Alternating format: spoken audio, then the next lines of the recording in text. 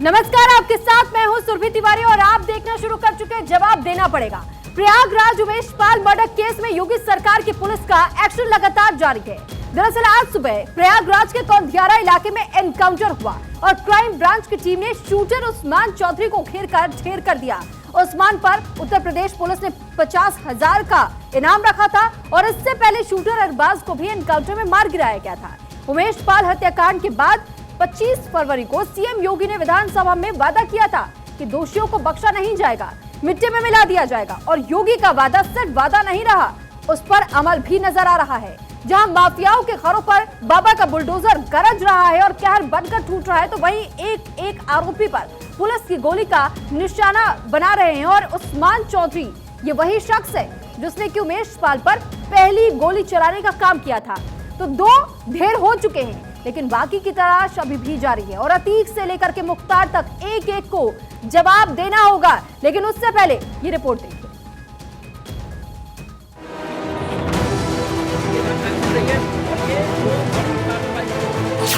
पहले अरबाज, अब उस्मान।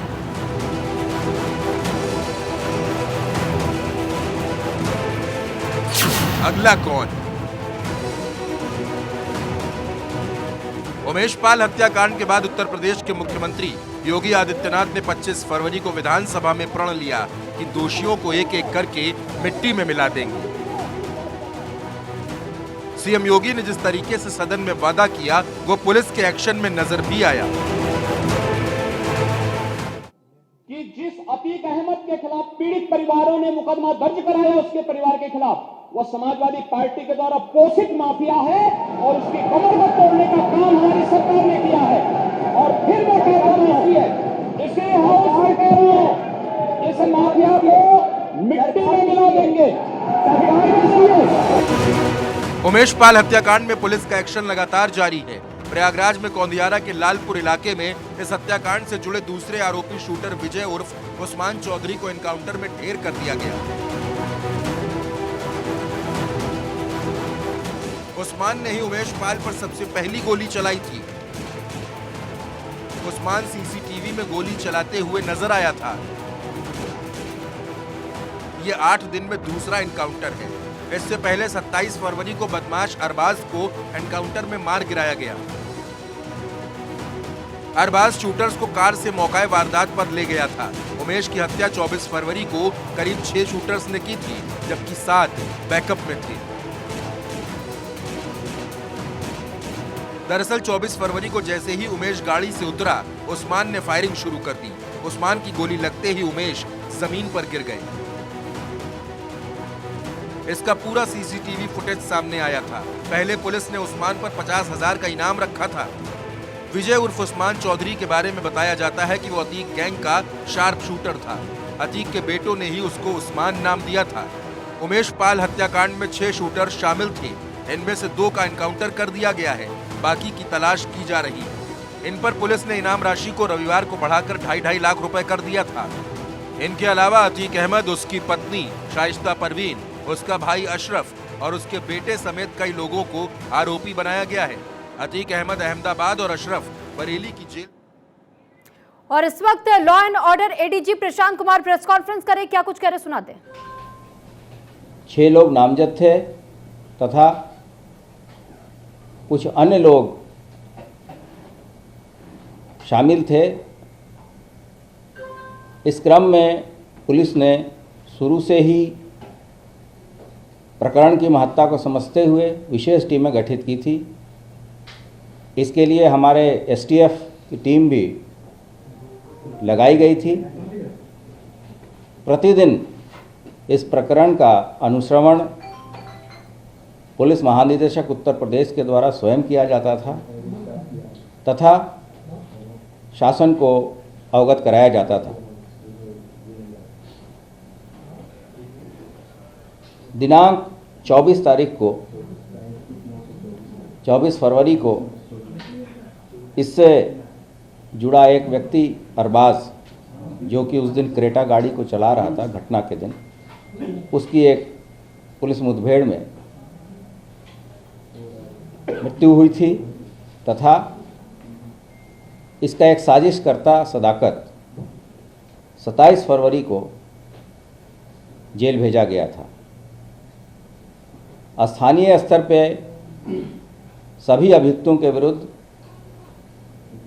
25,000 पहले, फिर बाद में उसकी नाम राशि को 50,000 बढ़ा के किया गया था तथा उसमें से 5 व्यक्तियों के विरुद्ध 2.5 लाख का इनाम पुलिस महानिदेशक के द्वारा 5 मार्च को किया गया है।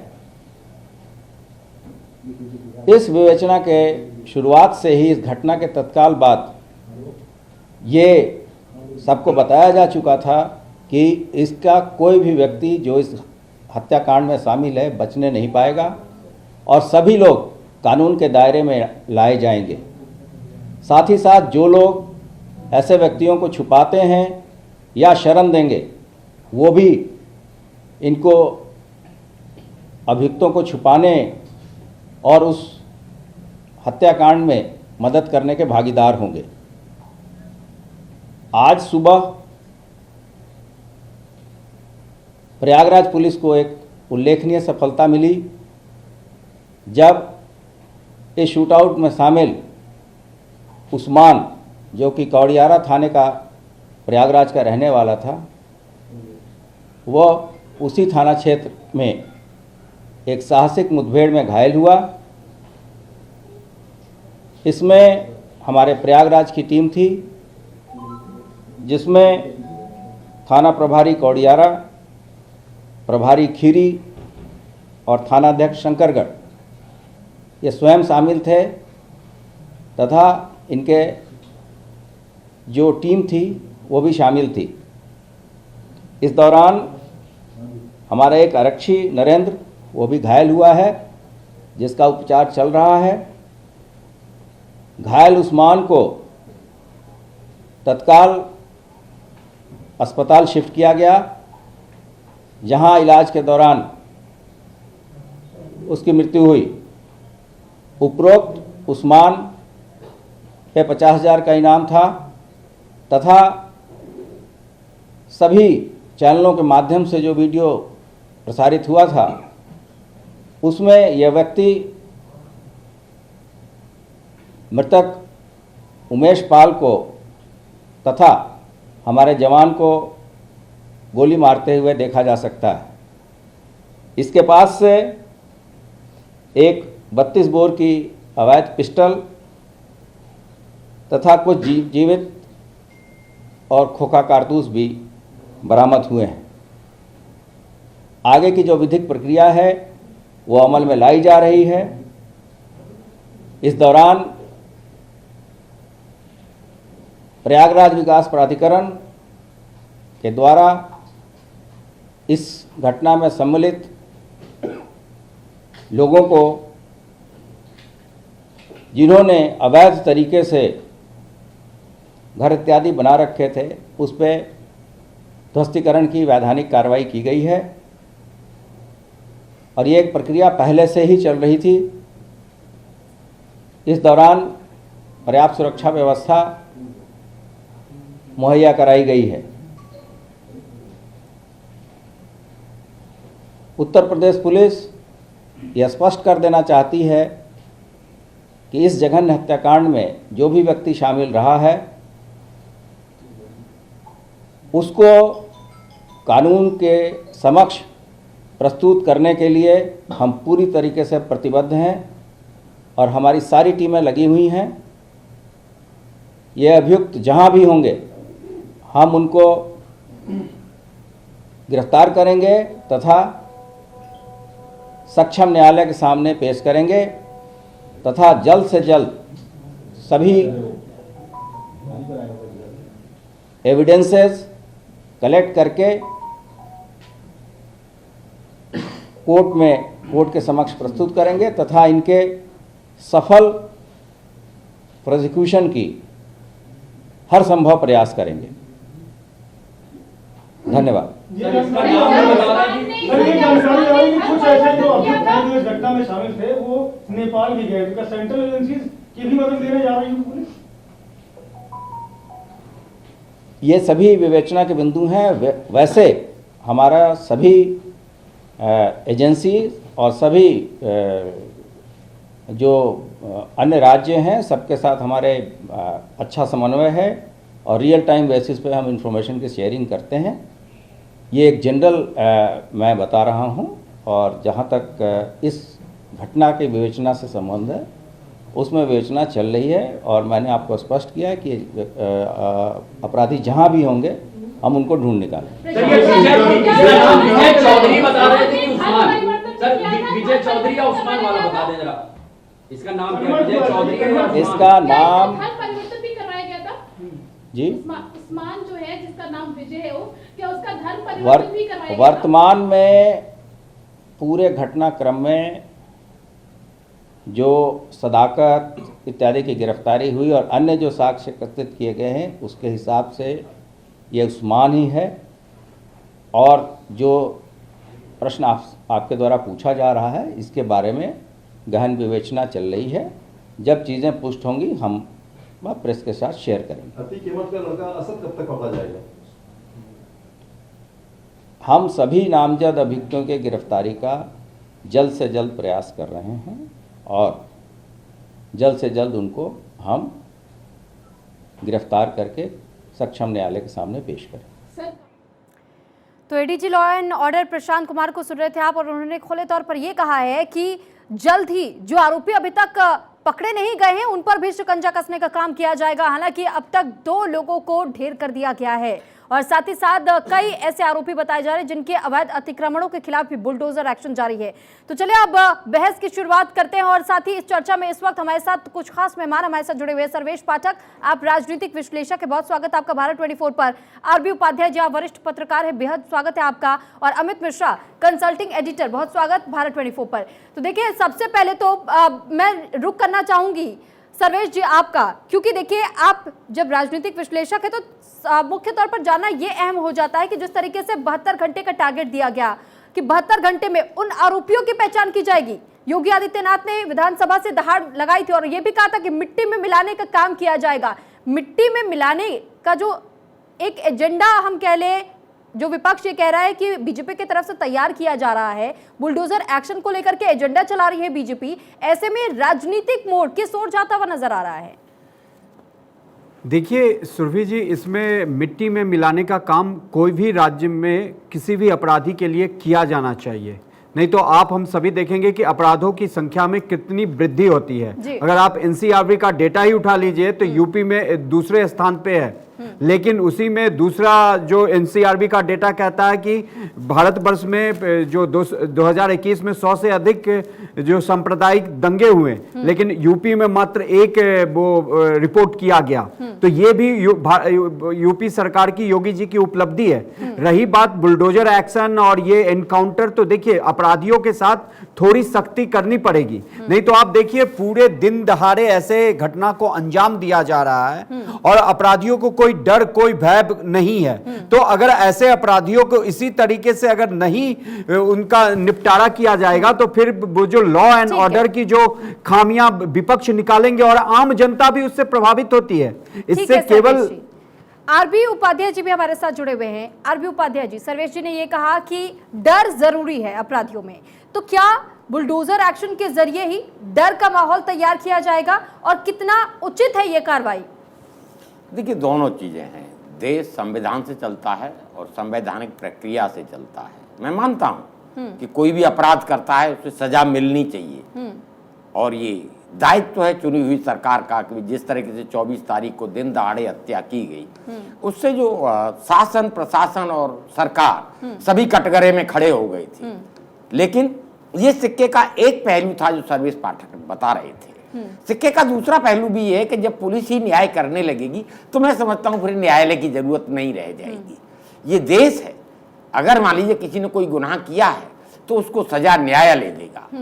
अगर पुलिस ही पकड़ेगी और सजा दे देगी तो मैं समझता हूं औचित्य खत्म हो जाएगा। तो यानी कि आरबी जी आप ये कह रहे हैं कि कहीं ना कहीं कानून व्यवस्था में जो लूप होल्स है उन पर सबसे पहले फोकस किया जाना चाहिए। चलिए इसी पे एक रिएक्शन में लेना चाहूंगी। वेद भूषण जी, आप रिटायर्ड एसपी हैं, हमारे साथ जुड़ चुके, बहुत स्वागत आपका भारत 24 पर।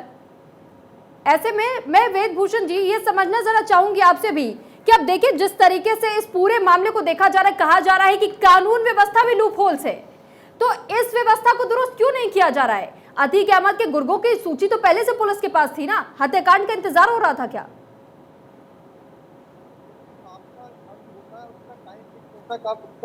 अंतिम समय है, अंग्रेजी में प्रेजेंट इम्पोर्टेंट। दुश्मन के साथ दुश्मन की तरह व्यवहार करो। जिस तरह से अतीक और मुख्तार अंसारी, जिस तरह से गैंग यूपी के अंदर पनप रहे थे, फल फूल रहे थे, राजनीतिक इसको संरक्षण मिला हुआ था, तो मैं तो इसका स्वागत करूंगा कि बहुत अच्छा यूपी पुलिस ने एक अच्छा मैसेज किया अपराधियों के अंदर। जब विकास दुबे का एनकाउंटर हुआ तब भी यही सवाल पैदा किए गए थे, लोग सुप्रीम कोर्ट तक गए थे, नेशनल ह्यूमन राइट्स कमीशन तक गए थे। यदि उनको लग रहा है अभी उपाध्याय साहब बोलते थे तो उनको छूट है, वो पुलिस पे जो एनकाउंटर है उसको चैलेंज कर सकते हैं, अदालतें खुली हुई है। केवल एक अपराधी का अधिकार, वो खुलेआम गोली चला दे, मार दे, पुलिस वालों को एनकाउंटर में भेज सकते और हम न्यायालय के लिए इंतजार करते रहे। आपने देखा कि निर्भया का न्याय लेने के लिए 9 साल लगे, प्रताप को फांसी करने में 7 साल लगे।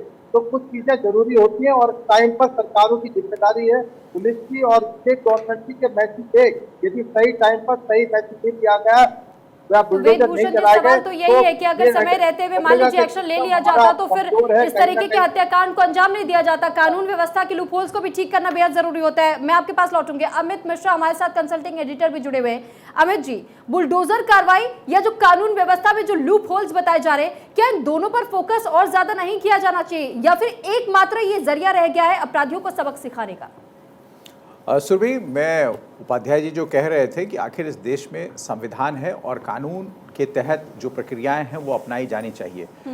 पुलिस राज तो है नहीं, हाँ, लेकिन उसका दूसरा पहलू ये भी है कि जब गुंडागर्दी, माफियागिरी चरम पे हो तो आखिर पुलिस क्या करे, क्योंकि पुलिस के वर्चस्व को ये माफिया लगातार चुनौती देते हैं और उस चुनौती का इल्म क्या होता है, फिर पुलिस को ये लगता है कि कार्रवाई जरूरी है क्योंकि जो जनसाधारण है उसमें एक दहशत का माहौल हो जाता है और उस दहशत को ख़त्म करने के लिए ही राज्य प्रशासन है, पुलिस है, उसके बाद कोर्ट आता है। तो जब आप खुद, अगर आपने किसी पुलिस अधिकारी पर, पुलिस खेमे पर आपने इनकाउंटर की कोशिश की, गोली चलाई, तो ज़रूरी है जवाबी कार्रवाई होगी और अगर उस कार्रवाई में वो ढेर हो जाता है तो वो पुलिस की एक प्रक्रिया है, सामान्य प्रक्रिया है, उस पर इतना बवेला नहीं खड़ा होना चाहिए। हाँ, उसे गिरफ्तार पहले किया जाना चाहिए, जिसका जिक्र आप बार बार कर रही हैं। और जो आपने एसीपी साहब से, रिटायर्ड एसीपी साहब से पूछा कि अतीक अहमद के परिवार की जो लिस्ट है, जो उनके गुर्गों की लिस्ट है, वो पुलिस के पास पहले से है, आज से नहीं कई वर्षों से है और वो कई प्रयागराज के इलाके में उनका वर्चस्व वर्षों से है। तो उस पर कार्रवाई क्यों नहीं हुई, क्यों नहीं वो सलाखों के पीछे गई, ये एक महत्वपूर्ण सवाल है। आखिर ये जरूरत क्यों पड़ी कि आखिरकार उनका इनकाउंटर ही किया जाए और वो उसके पहले वो खुद एक व्यक्ति को मारते हैं जो एक मुकदमे में चश्मदीद हैं, तो उसको लेकर काफी ज्यादा यहाँ पर जदोजहद है और इस चीज को लेकर पुलिस को इस चीज की गंभीरता को समझनी चाहिए। हो सकता है समझती है और अब मामला अदालत में जाएगा ही। सुरभि, बिल्कुल अमित जी, क्योंकि वाकई गोली का बदला गोली नहीं होता है और इस पर फोकस भी किया जाना चाहिए। आप सभी मेहमानों का हमारे साथ जुड़ने के लिए और इस पर अपनी राय रखने के लिए बहुत धन्यवाद। इसी के साथ वक्त चला एक छोटे से ब्रेक का, जल्द हाजिर होंगे। अब बने रहिए भारत 24 के साथ।